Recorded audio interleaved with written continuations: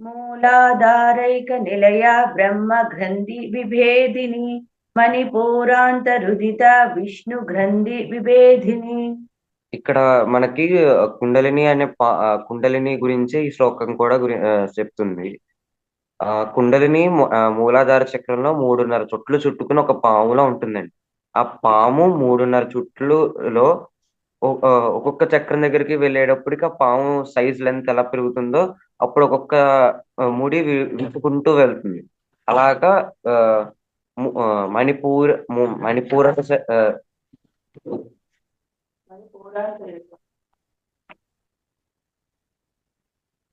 మూలాధార మూలధారైక నిలయ. మూలాధార చక్రంలోకి వచ్చేటప్పటికే స్టార్టింగ్ లో బ్రహ్మగ్రంథి విభేదనం జరుగుతుంది. అంటే బ్రహ్మగ్రంథి అనే ముడిని విప్పుకొని ఆ అది ఆ కుండలిని అనే పాము పైకి వెళ్తూ ఉంటుంది. ఈ బ్రహ్మగ్రంథి అనే ముడి విప్పుకుంటే ఆ సాధకుడికి ఏమవుతుంది అంటే నేను అనే ప్రజ్ఞ, మనకి 3 శరీరాలు ఉంటాయి. స్థూల, సూక్ష్మ, కారణ. ఈ స్థూల శరీరం అంటే మన ఫిజికల్ బాడీ నాది కాదు అని చెప్పి ఆ వ- ఆ ఆ సాధకుడికి బ్రహ్మగ్రంథి విప్పగానే ఆ సాధకుడికి అర్థం అవుతుంది ఈ స్థూల శరీరం నాది కాదు అని. తర్వాత మా అక్కడి నుంచి చక్రంలోకి వెళ్తుంది. ఆ మణిపూరక చక్రంలోకి వెళ్ళేటప్పటికి విష్ణు గ్రంథి అనేబడే ఒక ముడిని విప్పుతుంది. ఈ విష్ణు గ్రంథి ఆ, అనే అది విప్పడం అంటే ఏమవుతుంది అంటే అప్పుడు ఆ సూక్ష్మ శరీరం నాది కాదు అని అర్థమవుతుంది. ఈ సూక్ష్మ శరీరం అంటే నాలో మన ఇంద్రియ శక్తి అంటే చూడడం అనే శక్తి, వాసన పీల్చడం అనే శక్తి, మాట మాట్లాడడం అనే శక్తి, ఈ శక్తులన్నీ కలిపి ఆ, ఒక డైమ్ ఈ శక్తులన్నీ ఆ, ఒక బాడీ అనుకుంటే ఆ బాడీని సూక్ష్మ శరీరం అంటారు. ఈ సూక్ష్మ కారణ శరీరాలే మళ్ళీ ఇంకో జన్మ తీసుకుని దాంట్లో ఈ దర్శన శక్తి అక్కడ స్థూల శరీరంలో అంటే ఈ దర్శన శక్తికి మ్యాచ్ చేసుకుంటాయి. అలాగా ఈ మనకి జన్మల్లో ఇలాగ ఈ కారణ సూక్ష్మ అంటే మన కర్మ, ఈ మన యొక్క దర్శన ఇంద్రియ శక్తులు ఇవన్నీ కలిపి ఆ ఇంకో జన్మ అలా తీసుకుంటూ ఉంటాయి. ఆ అప్పుడు ఆ సాధకుడికి విష్ణు గ్రంథి విభేదనం జరిగితే ఈ స్థూల శరీరం నాది కాదు, ఈ సూక్ష్మ శరీరం నాది కాదు అని అర్థమవుతుంది. స్థూల శరీరం నాది కాదు అంటే బయట జరుగుతున్నాయన్నీ అంటే ఆ మనం చేసే పనులన్నీ ఒక డ్రామా కింద అనుకుంటాడు. అంటే అది ఒక యాక్ట్, ఏదో జరుగుతుంది, జరగాలని ఉంది, జరుగుతున్నాయి అంతే అని అనుకుంటాడు. దాంట్లో నాకేం సంబంధం లేదు అని అనుకుంటాడు. ఇది నేను కాదు అనుకుంటాడు. తర్వాత సూక్ష్మ శరీరం అంటే ఈ దర్శన శక్తి నేను కాదు, ఈ వాక్ శక్తి నేను కాదు అనుకుంటాడు. ఈ వాక్ శక్తి దర్శన శక్తి అన్ని అంటే ఏంటంటే మన మనసు. ఇప్పుడు ఈ బాడీ నాది కాదు అనుకుంటే మనం తర్వాత అనుకునేది నేను ఎవరు అంటే మన మనసే నేను అనుకుంటాను. కానీ అది కూడా నేను కాదు అనే విష్ణు గ్రంథి విభేదనం జరిగితే అవుతుంది. ఇప్పుడు మనసు కూడా నేను కాదు అంటే నేను చేసిన కర్మ నేనేమో.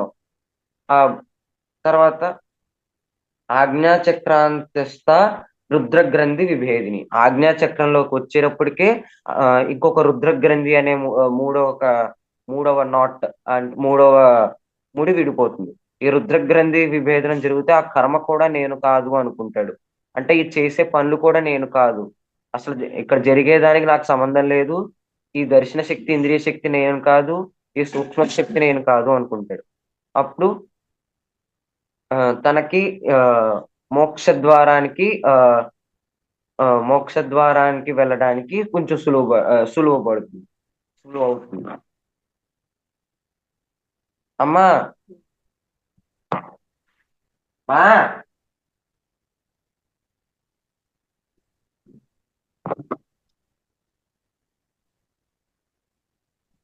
ఆజ్ఞాచక్రాంతరాలస్థ రుద్రగ్రంథి విభేదిని సహస్రారాంబుజారూఢ సుదసారాభివర్షిణి.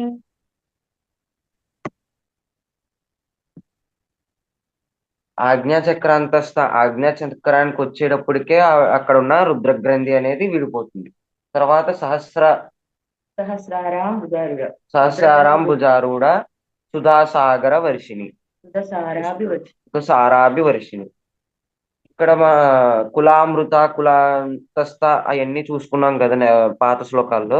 ఆ కులామృత అంటే ఇక్కడ ఉండే ఆ కులామృతం ఆ కుండలిని ఈ సహస్రానంలోకి వచ్చేటప్పటికి ఆ కులామృతం అనే కుండ పగిలి ఆ కులామృతంతో 72,000 నాడులు ఆ ఆ ఆ అమృతంతో ఆ తడిసిపోతాయి అని చెప్పి అర్థం అండి. అంటే అక్కడ ఆ అమృతం అంటే నేను మోక్షము అనే అమృతం అక్కడతో ఆ సాధకుడికి పొందుతాడు అని చెప్పి అర్థం. ఆ మూల ఆ, సహస్ర సహస్రాన్ చక్రంలోకి వచ్చేటప్పటికి అక్కడ పైనున్న ఆ కులామృతం పగిలి 72,000 నాడులు ఆ 72,000 నాడులకి తడిసిపోతాయి అని చెప్పి అర్థం. ఈ 72,000 నాడులు తడిసిపోవడం అని ఏంటి అంటే అర్థం ఆ అమృతం తీసుకుని అమృతం అంటే ఆనందంతో ఆ ఆ సాధకుడి శరీరం ఆ, ఆ, సాధకుడి శరీరం సంతోషపడతాడు వాడు ఆ సాధకుడు అని చెప్పి అర్థం. ఇంకో సంతోషం అంటే ఏంటంటే మోక్షం తనకి వస్తుంది అని చెప్పి ఇంకొక అర్థం. సటిల్లత సమారుజ అది ఇప్పుడు వస్తుంది కదా కేసు.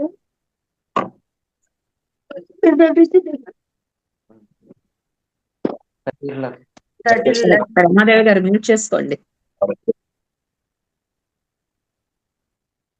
సటిల్లత సమారుచిష్టచక్రోపరి సంస్థిత మహాశక్తి కుండలిని విసంతంతు తనీయసి. తటిర్లత సమారుచి అంటే పైకి తటిర్లత అంటే తామర పువ్వు యొక్క కాడ దాంట్లో ఉండే సన్నటి దారం లాగా ఆ కుండలిని అనేది ఉంటుంది అని చెప్పి చెప్పారు. ఆ అలా ఉంది అని ఆ దారంలా ఉంటుంది అని చెప్పి చెప్పారు. ఆ దారం ఏంటి, ఆ దారం ఎలా ఉంటుంది? మహాశక్తి కుండలిని విసంతంతు తనీయసి. మహా ఆసక్తి, అది మహాశక్తి కాదండి, అది శక్తిని మార్చుకోవాలి. మహా ఆసక్తి కుండలిని అని చెప్పి అక్కడ నామం. మహా ఆసక్తి అంటే ఏంటంటే మహా ఆసక్తి, అమ్మవారికి చాలా ఆసక్తి అంట. ఏంటి ఆ ఆ అయ్యవారిని చేరుకోవాలి అని చెప్పి ఆవిడకి మహా ఆసక్తి అంట. మహా ఆసక్తి కుండలిని విసుతంతు తనీయసి. మహా ఆసక్తితో ఉన్న కుండలిని ఆయన్ని చేరుకోవడానికి ప్రకాశిస్తూ ఉన్నది అని చెప్పి అర్థం.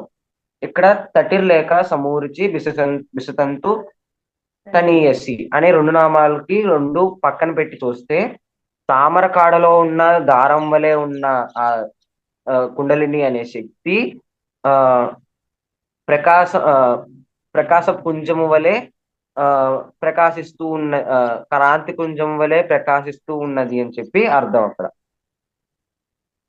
ఇక్కడ వరకు ఉన్న 111 116 111 నామాలు ఉంటాయి ఇక్కడ వరకు అండి. ఈ 111 116 నామాలు అమ్మవారికి మూల మంత్రములు అని చెప్పి అంటారు. అంటే ఎప్పుడైనా ఇక్కడ వరకు ఉన్నాయన్నీ అమ్మవారి యొక్క శరీర వర్ణన, ఆ కథా ఆవిడ లీలా వర్ణన, ఆవిడ శక్తి వర్ణన ఇవన్నీ ఉంటాయి. కాబట్టి ఇవి ఆవిడ యొక్క మెయిన్. మనం ధ్యానం చేసుకోవాలన్నా దేనికన్నా ఈ 111 నామాలు తలుచుకుంటే అక్కడ అమ్మవారి యొక్క ధ్యానస్థం మనకు అవుతుంది. ఆ ధ్యానస్థం అవ్వడానికి ఈ 111 నామాలు అయితే సరిపోతాయి మనకి.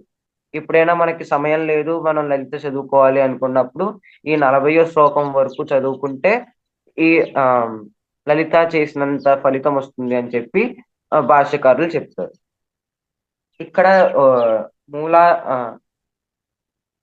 ఇక్కడ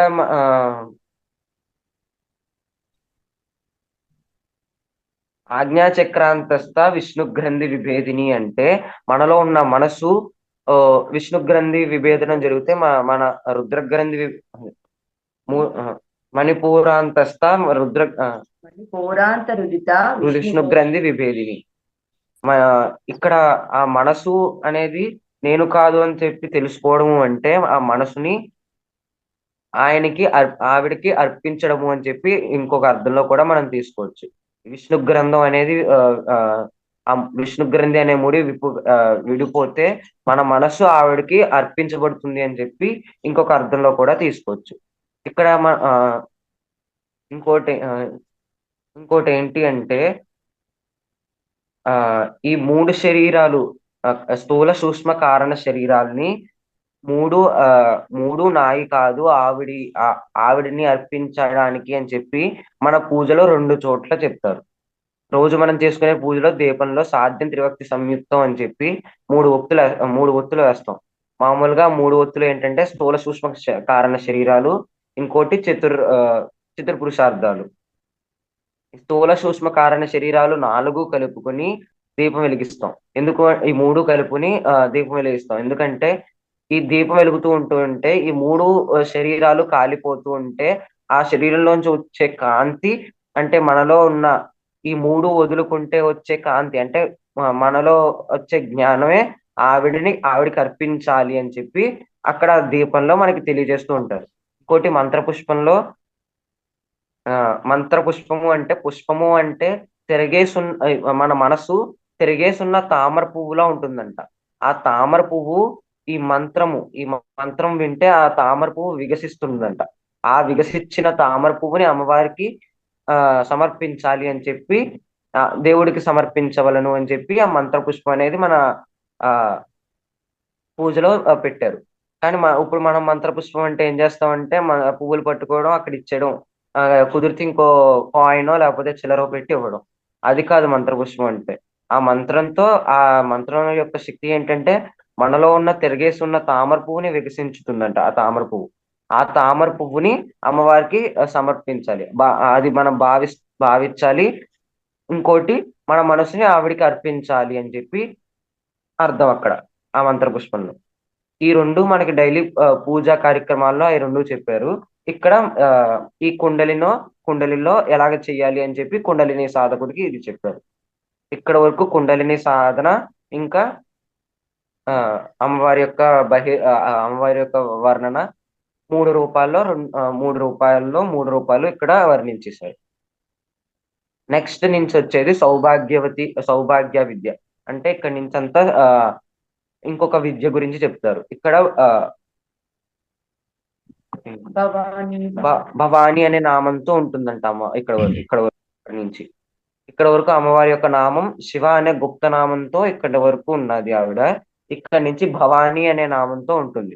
ఈ భవాని, శివ, బ్రహ్మ ఇవన్నీ ఏంటి అంటే అమ్మవారికి ఇష్టమైన సంఖ్య 9 కాబట్టి నవావరణ 9 ఆవరణలో కలిగిన చక్రము, 9 మంది పరివార దేవతలు, 9 మంది మాతృకలు, ఇలాగా అమ్మవారు 9 గల సంఖ్యలో ఉంటారు. ఈ 9 అనేది బ్రహ్మ, శివాని ఇవన్నీ 9 గల సంఖ్య కలిగిన శబ్దాలు అనమాట. అంటే ఈ అక్షరాలకి సంఖ్యలు ఇచ్చి దాంతో నామాలు చేస్తే దాంతో ఈ పూర్ణ సంఖ్య, భవాని అనే నామానికి పూర్ణ సంఖ్య 9 వస్తుంది. అలాగా శివ అనే నామానికి పూర్ణ సంఖ్య 9 వస్తుంది. లలిత అనే నామానికి 9 వస్తుంది. అలాగా అమ్మవారి యొక్క నామాలు అన్నిటికీ పూర్ణ సంఖ్య 9. మనకున్న పూర్ణ సంఖ్య కూడా 9. 9 అంటే పూర్ణ సంఖ్య, 9 అంటే సంపూర్ణం.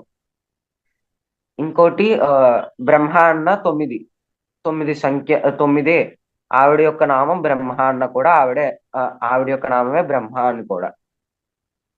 అందుకనే 9తో జరిగే ఏ ఉత్సవాలకైనా పేరు బ్రహ్మోత్సవాలు అని చెప్పి అంటారు.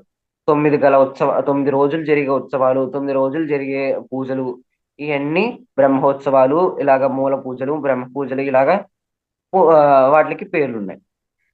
ఇలాగా ఇక్కడ భవానీ దగ్గర నుంచి వచ్చేటప్పటికి సౌభాగ్య విద్య అని చెప్పి జరుగుతుంది. ఈ సౌభాగ్య విద్యలో భవానీ అనే పేరు గల అమ్మవారిని మనం అర్చిస్తూ ఉంటాం అనమాట. ఇక్కడ భవానీ అంటే ఆవిడే. ఇక్కడ భవానీ భావనాగమ్య, భావనారణ్య, కుటారిక. భవానీ భావనాగమ్య, భవారణ్య, కుటారిక. భద్రప్రియ భక్త సౌభాగ్యదాయిని. భద్రప్రియ భద్రమూర్తి భక్త సౌభాగ్యదాయిని. ఇది కూడా నెక్స్ట్ శ్లోకం భక్తి ప్రియ భక్తి గమ్య భక్తి వస్య భయాపహ. భవానీ భావనాగమ్య భవారణ్య కుటారిక. భవానీదేవి భావనాగమ్యానికి అంటే ఈ భావన అన్నట్లకి భవానీ నీవే లలిత అని చెప్పి మొదటినాము. ఈ భావనలు మనం చేసే భావన అన్నట్లకి గమ్యము నీవే తల్లి అని చెప్పి రెండో నామం యొక్క అర్థం. భావనారణ్య కుటారిక భవారణ్య కుటారిక. ఈ భావనలు అనే అరణ్యాన్ని నశింపజేసే తల్లి అని చెప్పి అర్థం. ఇక్కడ భావాలన్నట్లకి నీవే గమ్యము అని చెప్పి చెప్పారు. ఎలాంటి భావాలు ఉన్నాయి మనకి అంటే బ్రహ్మభావము, అక్షరభావము, రుద్రభావం, మహేశ్వర భావం అని చెప్పి 3 భావాలు చెప్పారు. ఈ బ్రహ్మభావము అంటే ఏంటంటే ఆవిడ్ని ఇప్పుడు విగ్రహం ఉందంటే ఆ దివ్యమంగళ విగ్రహాన్ని ధ్యానం చేస్తూ పూజ చేసుకోవడం. అక్షరభావము అంటే ఈ మంత్రాలు మొన్న షోడశనామం అలాగా ఈ షోడశనామాన్ని ధ్యానం చేస్తూ పూజ చేయడం. నెక్స్ట్ మహేశ్వర భావం అంటే ఏంటి అంటే నువ్వు శూన్యంలోనే నువ్వు ఉన్నావు అని చెప్పి భావిస్తూ ఆమెని అర్చించడం. ఇలాగే ఈ 3 రకాల అర్చనలకి గమ్యము నీవే తల్లి భవాని అని చెప్పి చెప్పారు. ఇప్పుడు భావించాలి అని చెప్పి చెప్పారు. ఏ విధమైన భావంతో ఆవిడ్ని భావించాలి అని చెప్పి చెప్తున్నారు ఇక్కడ. భద్రప్రియ అంటే భద్రానికి ప్రియమైన తల్లి అని చెప్పి అర్థం. ఇక్కడ భద్రప్రియ అంటే మంగళకరమైన కార్యాలకు ప్రియతమ తల్లి అని చెప్పి భద్రప్రియ అంటే అర్థం. భద్రప్రియ భద్రమూర్తి మంగళకరమైన మూర్తివి నీవు. భక్త సౌభాగ్యదాయిని భద్ర సౌభాగ్యదాయిని లేకపోతే భక్త సౌభాగ్యదాయిని. భద్రప్రియ భద్రమూర్తి అయిన తల్లి, భక్త సౌభాగ్యం అంటే భక్తులకి సౌభాగ్యదాయిని భక్తులకి సౌభాగ్యం ప్రసాదించే తల్లి అని చెప్పి అర్థం అక్కడ. ఇప్పుడు మనం భద్రముక్తి భద్రప్రియ అంటే మనం ఇప్పుడు మనం ఆవిడికి వాక్కును సమర్పిస్తూ ఉంటే మనం ఆడే ప్రతి మాట మంగళకరంగా ఉండాలి. మనం నైవేద్యాన్ని కానీ ఏమైనా సమర్పిస్తుంటే మనం చేసే ప్రతిదీ మంగళకరమైనది ఉండాలి. మనం ఆవిడకి ఏది సమర్పిస్తూ ఉంటాము అని మనం భావిస్తామో అది మంగళకరంగా సమర్పించాలి. దానికి అది చెప్తున్నారు ఇక్కడ భద్రప్రియ అనేదానికి. భద్రమూర్తి ఆవిడ యొక్క మూర్తే మంగళకరము అని చెప్పి అంటున్నారు. అంటే ఆవిడ్ని పూజిస్తే మనకి కలిగే అన్ని మంగళకరములు అని చెప్పి భద్రమూర్తి అనే నామంతో చెప్తున్నారు మనకి. భక్త సౌభాగ్యదాయిని భక్తులకి సౌభాగ్యాన్ని ప్రసాదించుతుంది అని చెప్పి భక్త సౌభాగ్యదాయిని అనే నామానికి అర్థం. ఇక్కడ మొదటి నామంలో భవానీ భావనాగమ్య భావారణ్య కుటారిక. భవానీదేవి ఇలాగ భావిస్తూ నిన్ను పూజిస్తే భావనారణ్యం అనే అరణ్యాన్ని నశింప చేస్తుంది అని చెప్పి అర్థం. భావనారణ్యము అంటే సంసార సాగరం. ఇప్పుడు ఇక్కడ అరణ్యము అన్నారు కాబట్టి సంసారణ్యం. సంసార అరణ్యము అంటే ముందు అరణ్యము అంటే ఒకరు నేను ఏడిస్తే పక్కవాడికి వినబడినది అరణ్యము అంటారు. అలాగా భావనారణ్య అంటే నేను చేసే భావనని పక్కోడికి తెలియకూడదు అంటే పక్కన వాడికి తెలియకూడదు అని చెప్పి ముందు భావనారణ్య అని చెప్పి చెప్పారు అక్కడ. భావారణ్య అంటే ఇంకోటి ఈ సంసారానికి ఇంకోటి భావనారణ్య అని పేరు ఇంకోటి. ఆ భావనారణ్యాన్ని నశింపజేస్తుంది అని చెప్పి అర్థం. మనం ఈ సంసారంలోనే కూర్చుని కొట్టుకుంటాం. ఆ సంసారాన్ని నశింప చెయ్యి అని చెప్పి ఆవిడ్ని ఇక్కడ ప్రార్థిస్తున్నాం. భవానీ భావనాగమ్య భావనారణ్య కుటారిక. భద్రప్రియ ఏ విధమైన భావనతో మనం ఆవిడ్ని భావిస్తూ పూజ చేయాలని అని మిగతా 2 పాదాల్లోనే అది చెప్తున్నారు. భక్తి ప్రియ భక్తి గమ్య భక్తి వస్య భయ భయాపహ. మొదటి మంగళకరమైన భావనతో ఆవిడ్ని పూజ చేయాలి. ఆవిడ్ని మంగళకరం అనుకోవాలి. మంగళకరమైన వాక్కులు ఇలాగ సమర్పిస్తూ ఆవిడ్ని పూజ చేయాలి అని చెప్పి అక్కడ చెప్పారు. నెక్స్ట్ భక్తి ప్రియ. ఆవిడకి భక్తి అనేది ప్రియము అని అర్థం. అసలు భక్తి అంటే ఏంటి అంటే మనం చేసే ప్రతి ఆవిడ తప్ప మా ఇంకెవరూ లేరు అని భావనతో ఉండడం, లేకపోతే ఆవిడే ప్రతిదానికి మూలం అనే భావనలో ఉండడాన్ని భక్తి అంటారు. ప్రతిదీ ఆవిడికే అనే దాంట్లో భక్తి అంటారు. ప్రతి దాంట్లో ఆవిడని చూడడం అనేది భక్తి అంటారు. ఇలాగా ప్రతిదీ ఆవిడే అనే భావనలో ఉంటే మనం, లేకపోతే ఆవిడ పట్ల భక్తితో ఉంటే దానికి ప్రియురాలు ఆవిడ భవానీదేవి అని చెప్పి ఇక్కడ చెప్తున్నారు. భక్తి ప్రియ, భక్తి గమ్య. మనం చేసే మన ప్రతి భక్తికి గమ్యము ఆవిడే అని చెప్పి భక్తి గమ్య అనే నామానికి అర్థం. భక్తి వస్య భయాపహ. భక్తి వశ్య భయాపహ.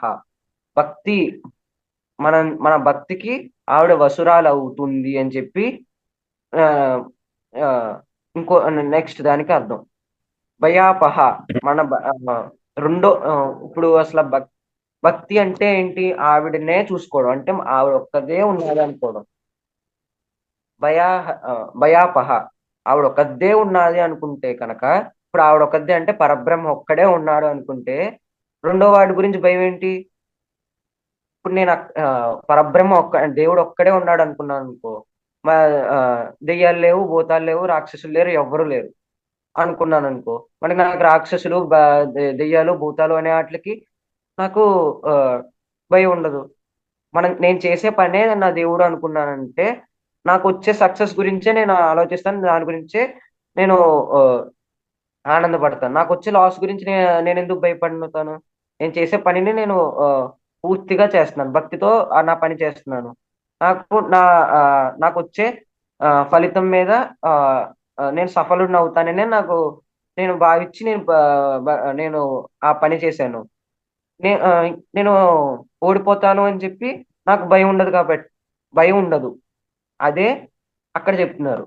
భక్తితో ఆవిడని ఆశ్రయించి నా భక్తికి గమ్యం ఆవిడే అనుకుంటే ఆ భక్తికి ఆవిడ వసురాలయ్యి నాకున్న భయాలన్నీ హరించును ఆవిడ అని అర్థం. అక్కడ 42వ శ్లోకం 1వ పాదానికి అది అర్థం సార్. ఇక్కడ ఈ మూడు చూసుకుంటే భవానీదేవి, నువ్వు మా ప్రతి భావనకు నువ్వే మా భవానీదేవి, మా ప్రతి భావనకు మూలమైన నీవు, మూలమైన తల్లివి నీవు, భావారణ్యాన్ని నశింపజేసే తల్లివి నీవు, మంగళకరమైన తల్లివి నీవు, భక్తికి వసురాలయ్యే తల్లివి నీవు అని చెప్పి ఇక్కడ భవానీదేవి యొక్క ధ్యాన శ్లోకాలన్నీ అంటే ఇప్పుడు సౌభాగ్య విద్య అనేది చేస్తూ ఉంటే అక్కడ సౌభాగ్య విద్యలో ధ్యానించి ఆవిని పూజిస్తాం కాబట్టి ఇక్కడ ధ్యానంతోనే ఆవిని పూజిస్తున్నాము. ఇక్కడ ఈ భవానీ అనే నామంతో ఉండే తల్లిని అక్కడ ఇలాగే పూజిస్తున్నాము అని చెప్పి ఇక్కడ చెప్తున్నారు. ఇక్కడ కుటారిక, భవానీ, భావనాగమ్య, భావారణ్య కుటారిక, ఈ మొత్తం అనేది మంత్రశాస్త్రులకి ఒక పెద్ద మంత్రం అది. ఎందుకంటే దాంట్లో గుప్త గాయత్రి, ప్రకట గాయత్రి అనే ఇద్దరు గాయత్రి దేవులు ఉంటే ఆ ఇద్దరు గాయత్రి దేవుల మంత్రాలని, వాళ్ళ యొక్క బీజాక్షరాల్ని రెండు కలగలిపి పెట్టారు ఇక్కడ. గుప్త ప్రకట గాయత్రి మంత్రాలు ఈ భవానీ, భావనాగమ్య, భవారణ్య కుటారిక అనే నామంలో ఆ రెండు నామాలు ఉన్నాయి అక్కడ. కాబట్టి ఆ రెండు నామాలు చేసేటప్పుడు మనం గాయత్రి మంత్రం చేస్తున్నామని చెప్పి అనుకుంటూ చెయ్యాలి అక్కడ. ఇప్పుడు సరే చెప్పండి. అయిపోయిందా? అయిపోయింది సార్. ఎంత తొందరగా కూడా అవుతున్నారు.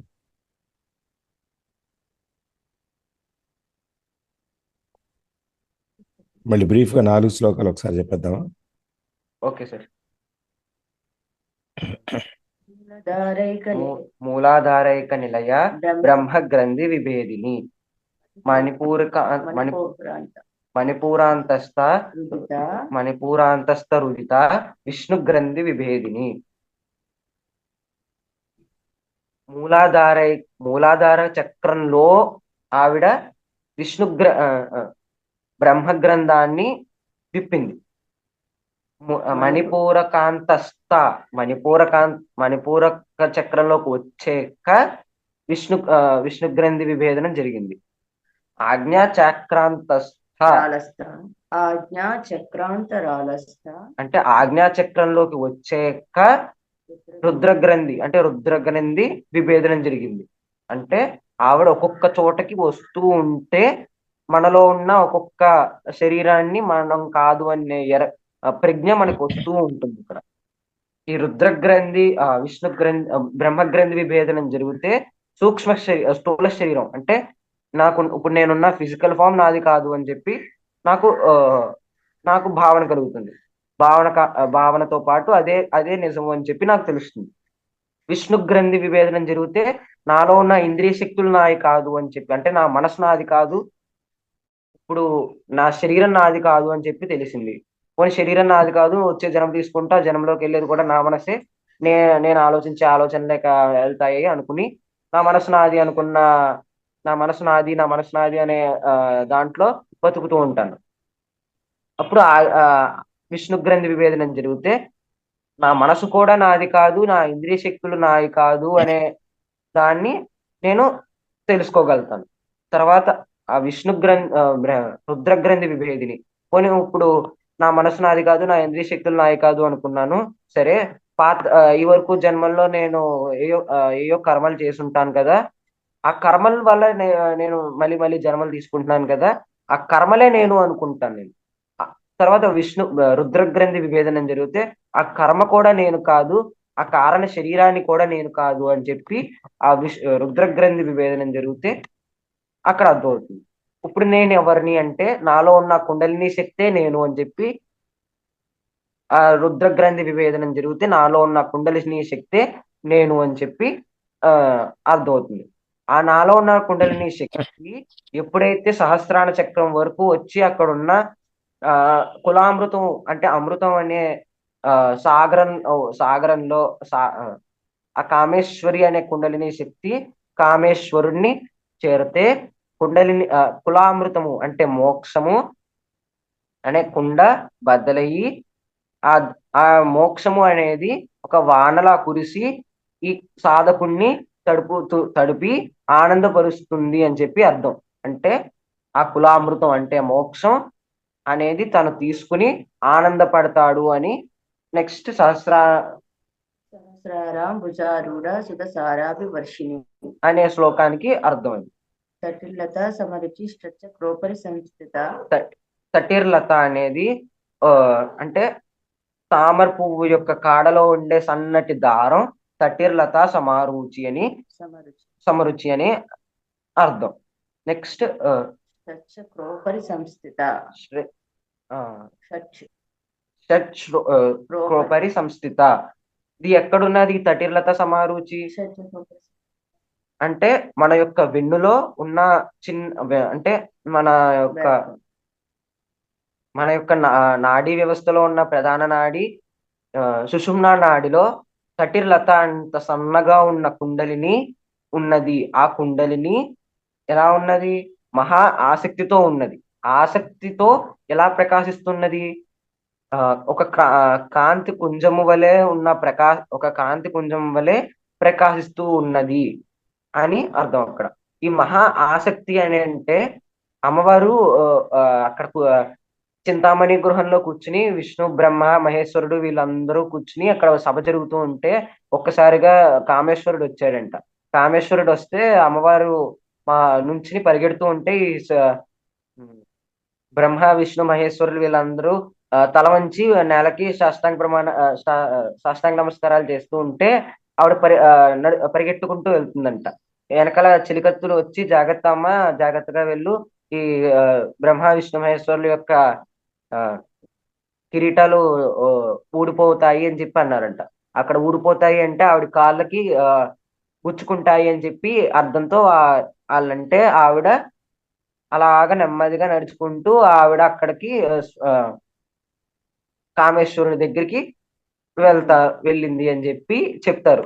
కుండలిని యోగంలో మనకు అర్థం అవ్వడానికి ఈ కథ చెప్తారు. అంటే ఏంటి అంటే ఇక్కడ ఆ ప్రతి చక్రాన్ని దగ్గర ఒక్కొక్క అధిష్టాన దేవత ఉంటారు, లేకపోతే ఆ సహాయక దేవత అనేది ఉంటారు.